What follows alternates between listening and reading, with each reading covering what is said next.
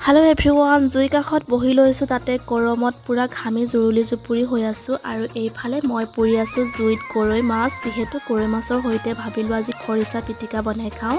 আৰু এয়া মাছ পুৰা হৈ গ'ল। ইয়াতে অলপ খৰিচা উলিয়াই লৈছোঁ। বহুতে কমেণ্ট কৰি সুধি আছে খৰিচা কি বস্তু, চিনি নাপাওঁ।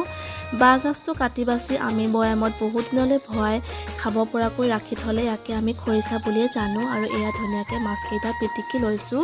তাৰ পাছতে ইয়াতে মই অলপ আলু দি লৈছোঁ। আলু দি খৰিচা লগত গৰৈ মাছৰ পোৰা খাই বহুতেই বেছি ভাল লাগে। যিসকলে খাই চাগে নিশ্চয় গম পায়, নহয় জানো। আৰু এইফালে কেঁচা ধনিয়া লগতে দিছোঁ মই অলপ জলকীয়া। তাৰ পাছতে কাটি থোৱা অলপ পিঁয়াজ, যিহেতু পিঁয়াজটো অলপ সৰহকৈ দিছোঁ। ইয়াতে অকণমান নিমখো দি লৈছোঁ।